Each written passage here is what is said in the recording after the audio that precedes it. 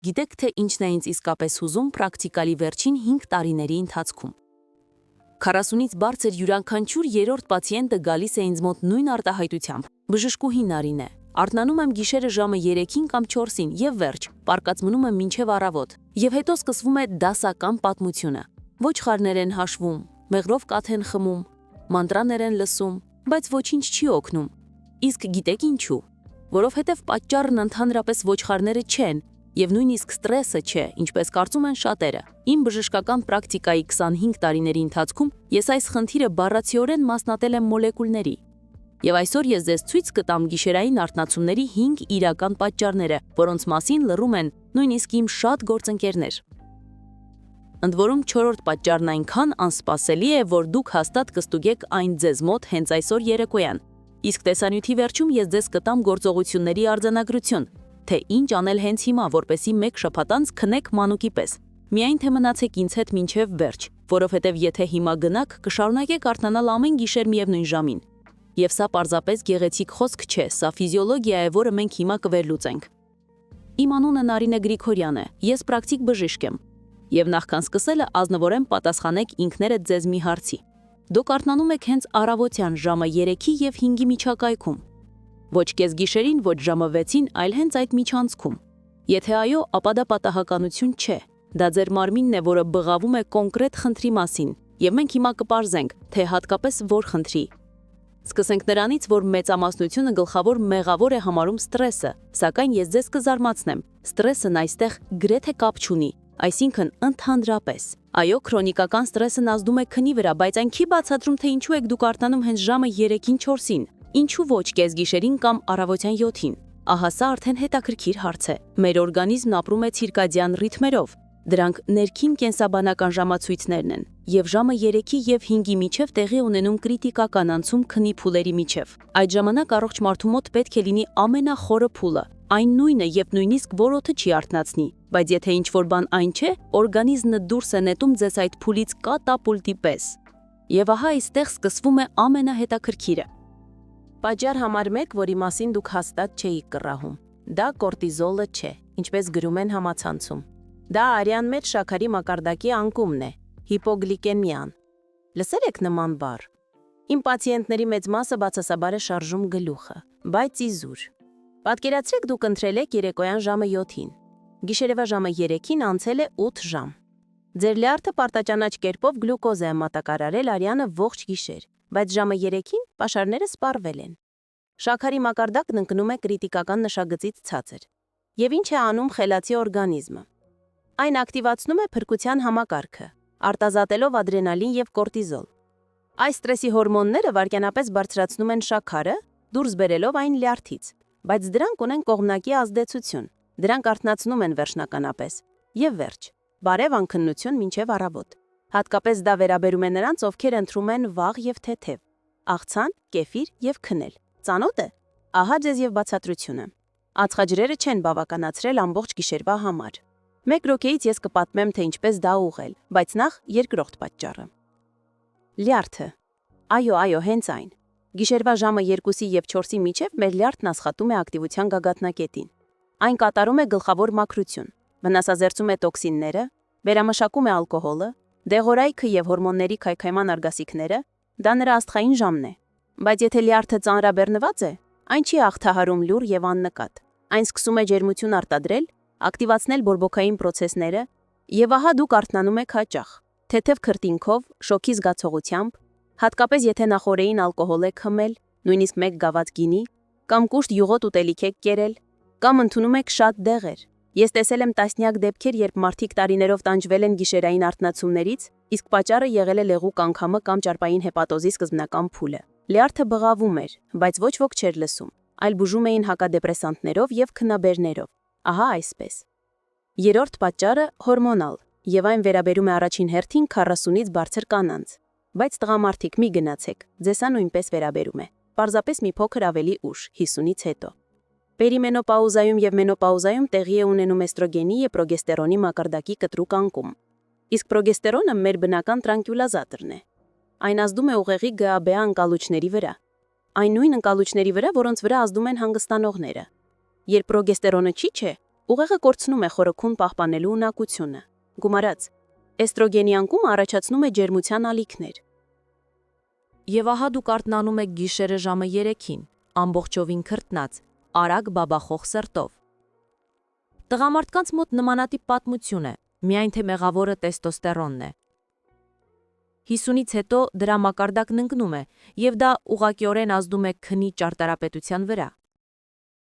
Գումարած, մեծանում է շագանակագեղձը, պրոստատան, հաճախակիանում է միզարձակումը, եւ ահա դուք արդեն արթնանում եք զուգարան գնալու համար, իսկ հետո չեք կարողանում նորից քնել։ Եվ այստեղ մի կարևոր պահ։ Եթե դուք արթնանում եք զուգարանի կանչերուց, դա առանձին պատմություն է։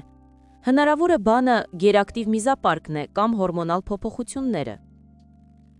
Բայց եթե դուք արթնանում եք առանց պատճառի, իսկ հետո գնում եք զուգարան, որովհետև միևնույն է արթնացել եք, դա բոլորովին այլ է։ Հասկանում եք տարբերությունը։ Պատճառը եւ հետևանքները տեղերով փոխվել են։ 4-րդ պատճառը, այն նույնը, որի մասին ես խոստացել էի, դա քնի ապնոեն է։ Քնի մեջ շնչառության կանգը։ Եվ այստեղ ուշադիր եղեք, որովհետև սա ավելի լուրջ է, քան թվում է։ Երբ դուք խմփացնում եք, ձեր շնչուղիները պարբերաբար փակվում են։ Ուղեղը ազդանշան է ստանում թթվածնի պակասի մասին եւ դուրս է քաշում ձեզ խորը քնից, որպեսզի դուք շունչ քաշեք։ Դուք կարող եք նույնիսկ չգիտակցել այդ արթնացումները։ Ուղեղը պարզապես տեղափոխում է ձեզ մակերեսային փուլ մի քանի վայրկյանով, բայց առավոտյան դուք ձեզ ջարդված եք զգում։ Իսկ հիմա ուշադրություն։ Ապնոեն 3 անգամ մեծացնում է ինֆարկտի եւ ինսուլտի ռիսկը։ 3 անգամ։ Դուք հասկանում եք, որովհետև շնչառության յուրաքանչյուր կանգ ստրես է սրտի եւ անոթների համար։ Գումարած ուղեղի քրոնիկական հիպոքսիան։ Սա կատակ չէ։ Ինչպես ստուգել։ Խնդրեք հարազատներին հետևել ձեզ գիշերը կամ ձայնագրեք ձեզ դիկտաֆոնով։ Եթե դուք խմփացնում եք, իսկ հետո տիրում է լռություն 10-20 վայրկյանով, իսկ հետո կտրուկ շունչ եք քաշում, ուրեմն ձեզ մոտ ապնոե է, եւ սա արիթը շտակ գնալու բժիշկ քնաբանի մոտ, ոչ թե վաղը, այլ այս չափած։ Եվ 5-րդ պատճառը՝ մագնեզիում, ավելի ճիշտ դրա դեֆիցիտը։ 40-ից բարձր մարդկանց 90%-ն ունի մագնեզիումի թաքնված դեֆիցիտ։ Սա ես չեմ հորինել, սա Առողջապահության համաշխարհային կազմակերպության տվյալներն են։ Մագնեզիումը պատասխանատու է մկանների եւ նյարդային համակարգի թուլացման համար։ Այն կարգավորում է մելատոնինի քնի հորմոնի արտադրությունը։ Երբ մագնեզիումը քիչ է, դուք կարող եք քնել, բայց խորը քնի փուլում օրգանիզմը չի կարողանում լիարժեք թուլանալ։ Մկանները մնում են տոնուսի մեջ, նյարդային համակարգը լարված է։ Եվ ահա ժամը 3-ից 4-ին, երբ պաշարները վերջնականապես սպառվում են, դուք արթնանում եք։ Հաճախ դա ուղեկցվում է սրունամկանների ջղաձգումներով, ոտքերի ցնցումներով, անհանգստանալով։ Եթե սա ձեր մասին է, գրեթե հաստատ խնդիրը մագնեզիումի մեջ է։ Հիմա ամենակարևորը՝ ինչ անել դրա հետ։ Եվ ես ձեզ կտամ կոնկրետ արձանագրություն, որն աշխատում է դեպքերի 80%-ում։ Բայց նախ 2 կարևոր կանոն։ Կանոն առաջին. երբեք մի ընդունեք քնաբերներ առանց բժշկի նշանակման։ Երբեք։ Դրանք չեն բուժում պատճառը, դրանք քողարկում են ախտանիշը, գումարած առաջացնում են կախվածություն եւ քանդում են քնի բնական ճարտարապետությունը։ Կես տարի անց դուք չեք կարողանա քնել առանց դեղահաբի, իսկ խնդիրը կմնա։ Կանոն երկրորդ. Եթե գիշերային արթնացումները շարունակվում են 1 ամսից ավելի, գնացեք բժշկի։ Ոչ թե ինտերնետի մոտ, ոչ հարևանուհու, ոչ էլ բուժակի, այլ նորմալ բժիշկ-թերապևտի կամ քնաբանի մոտ, որովհետև դրա հետևում կարող է կանգնած լինել լուրջ հիվանդություն, դիաբետից մինչև սրտային անբավարարություն։ Իսկ հիմա գործողությունների արձանագրությունը։ Գրի առեք։ Քայլ առաջին. ստուգեք ընթրիքը։ Սննդի վերջին ընդունումը պետք է լինի քնելուց 3-4 ժամ առաջ, բայց այն պետք է պարունակի դանդաղ ածխաջրեր։ Հնդկաձավար, գորշ բրինձ, ամբողջահատ հաց, գումարած սպիտակուց, հավ, ձուկ, կատնաշոր։ Սա կապահովի շաքարի կայուն մակարդակ ողջ գիշերվա ընթացքում։ Եվ ոչ մի սոված մնալ երեկոյան, եթե դուք արթնանում եք գիշերը։ Դա ձեր մասին չէ։ Եթե բոլորովին անհնար է դիմանալ եւ դուք սովորեք ուտել վաղ, քնելուց 1 ժամ առաջ կերեք 1 բուռենկույզ կամ կես վանան։ Դա կտա դանդաղ գլյուկոզը եւ կօգնի ձգել մինչեւ առավոտ, առանց շաքարի անկումների։ Քայլ երկրորդ. աջակցեք լյարդին։ Եթե դուք ունեք ավելորդ քաշ, վերանայեք սննդակարգը։ Հանեք տապակածը, կծուն ալկոհոլը ժամանակավորապես։ Ավելացրեք դառնահամեր, աղցան, ռուկոլա, տերևավոր կանաչեղեն։ Դրանք խթանում են լեղու արտահոսքը։ Կարելի է միացնել կաթնափուշ, ռաստորոպշը կամ արտիճուկ, արտիշոկ, բայց միայն բժշկի հետ խորհրդակցելուց հետո, որովհետև լեղապարկում քարերի արկայության դեպքում դա հակացուցված է։ Եվ խմեք բավարար քանակությամբ ջուր ցերեկը, նվազագույնը 2 լիտր։ Լյարդը սիրում է ջուր, նրան համար ավելի հեշտ է աշխատել, բայց վերջին բաժակը քնելուց ոչ ուշ քան 2 ժամ առաջ, այլապես կվազեք զուգարան։ Քայլ 3. Մագնեզիում։ Սկսեք ընդունել մագնեզիում ցիտրատի կամ գլիցինատի ձևով։ Դրանք ամենալավ յուրացվող ձևերն են։ Դեղաչափը 300-400 մգ օրական, քնելուց 1 ժամ առաջ։ Մի վերցրեք մագնեզիումի օքսիդ, այն վատ է յուրացվում եւ տալիս է լուծողական էֆեկտ։ Կուրսը նվազագույնը 1 ամիս։ Մագնեզիումը չի աշխատում ակնթարթեց, նրան ժամանակ է պետք հյուսվածքներում կուտակելու, բայց 2-3 շաբաթ անց դուք կնկատեք տարբերությունը։ Քնելը կհեշտանա, գիշերային արթնացումները կկրճատվեն եւ կարևոր պահ։ Եթե դուք ընդունում եք սրտի կամ ճնշման դեղամիջոցներ, ճշտեք բժշկի հետ համատեղությունը։ Մագնեզիումը կարող է ուժեղացնել որոշ դեղերի ազդեցությունը։ Քայլ 4. Հորմոններ։ Եթե դուք 45-ից բարձր եք եւ կասկածում եք հորմոնալ խանգարում, հանձնեք անալիզներ։ Կանանց էստրադիոլ, պրոգեստերոն, FSH, LH։ Տղամարդկանց ընդհանուր եւ ազատ տեստոստերոն, պրոլակտին։ Եվ պարտադիր վահանաձև գեղձի հորմոններ՝ ՏՏՀ, T3, T4։ Վահանաձև գեղձը նույնպես կարող է մեղավոր լինել անկնության մեջ։ Արդյունքներով բժիշկը կարող է նշանակել փոխարինող թերապիա։ Եվ մի վախեցեք հորմոններից։ Ժամանակակից թերապիան բիոիդենտիկ հորմոններով անվտանգ է եւ արդյունավետ։ Դրանք 90-ականների սարսափ չեն, սա այլ մակարդակ է։ Քայլ 5. Եթե խրփացնում եք, ստուգվեք ապնոեի համար։ Կան պարզ տնային տեստեր, հատուկ հավելվածներ, որոնք ձայնագրում եւ վերլուծում են ձեր քունը։ Կամ կարելի է կատարել պոլիսոմնոգրաֆիա կլինիկայում։ Դա ախտորոշման ոսկե ստանդարտն է։ Եթե ապնոեն հաստատվի, կա լուծում հատուկ կապաններից, որոնք ստորին ծնոտը առաջ են հրում, մինչև CPAP թերապիա, սարք, որը օդ է մատակարարում ճնշման տակ եւ թույլ չի տալիս շնչուղիներին փակվել։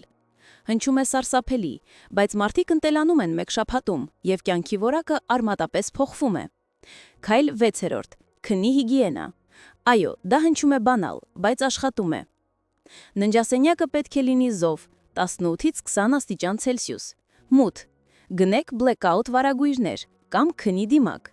Լռությունն ու ականջի խցանները հրաշքներ են գործում եւ ոչ մի հեռախոս քնելուց 1 ժամ առաջ։ Էկրանի կապույտ լույսը ճնշում է մելատոնինի արտադրությունը։ Դուք մտածում եք, որ պարզապես թերթում եք լրահոսը, իսկ ուղեղը մտածում է, որ հիմա ցերեկ է եւ հրահանգ չի տալիս քնելու։ Ավելի լավ է կարդացեք թղթե գիրք, լսեք հանգիստ երաժշտություն, ընդունեք տաք լոգանք, ստեղծեք քննելու գնալու ծես։ Ուղեղը սիրում է կանխատեսելիություն։ Եվ վերջինը՝ շնչառական պրակտիկաներ։ Եթե արթնացել եք գիշերը եւ չեք կարողանում քնել, մի պարկեք անկողնում, ինքներդ ձեզ լարելով։ Վեր կացեք, ջուր քմեք, կատարեք շնչառական վարժություններ։ Ահա պարզ տեխնիկա։ Ներշնչում 4 հաշվով, պահում ենք շունչը 7 հաշվով, արտաշնչում 8 հաշվով։ Կրկնեք 10 անգամ։ Սա ակտիվացնում է պարասիմպաթիկ նյարդային համակարգը, նրան, որը պատասխանատու է թուլացման համար, եւ անջատում է սիմպաթիկը, նրան, որը ձեզ արթնացնում է։ Աշխատում է անխափան։ Ես ինքս սրանից օգտվում եմ, երբ հերթապահությունները խախտում են ռեժիմը։ Իսկ հիմա հարց ձեզ, թվարկվածներից որն է ձեր մասին։ Վաղ ընթրիքները, խմփոցը, հորմոնալ փոփոխությունները։ Գրեք մեկնաբանություններում եւ ես կաշխատեմ տալ անհատական խորհուրդներ։ Եվ ահա թե ինչ է կարևոր հասկանալ։ Եթե դուք արթնանում եք առավոտյան 3-4-ին, դա նորմա չէ, դա տարիքը չէ, դա դե ինչ արած կյանքն է այդպիսինը չէ։ Դա ազդանշան է, որ օրգանիզմում ինչ-որ բան այն չէ։ Եվ որքան շուտ դուք դա լսեք, այնքան հեշտ կլինի ուղղել։ Որովհետև քրոնիկական անքնությունը պարզապես հոգնածություն չէ։ Դա դիաբետի, ճարպակալման, սիրտանոթային հիվանդությունների, դեմենցիայի ռիսկ է։ Դա ուղեղի արագացված ծերացում է։ Դա իմունիտետի նվազում է։ Ցուցակը կարելի է շարունակել։ 25 տարվա պրակտիկայի ընթացքում ես տեսել եմ, թե ինչպես են մարդիկ տարիներով տանջվում, իսկ հետո մեկ ամսում լուծում խնդիրը պարզապես հասկանալով պատճառները, ոչ թե դեղահաբերով,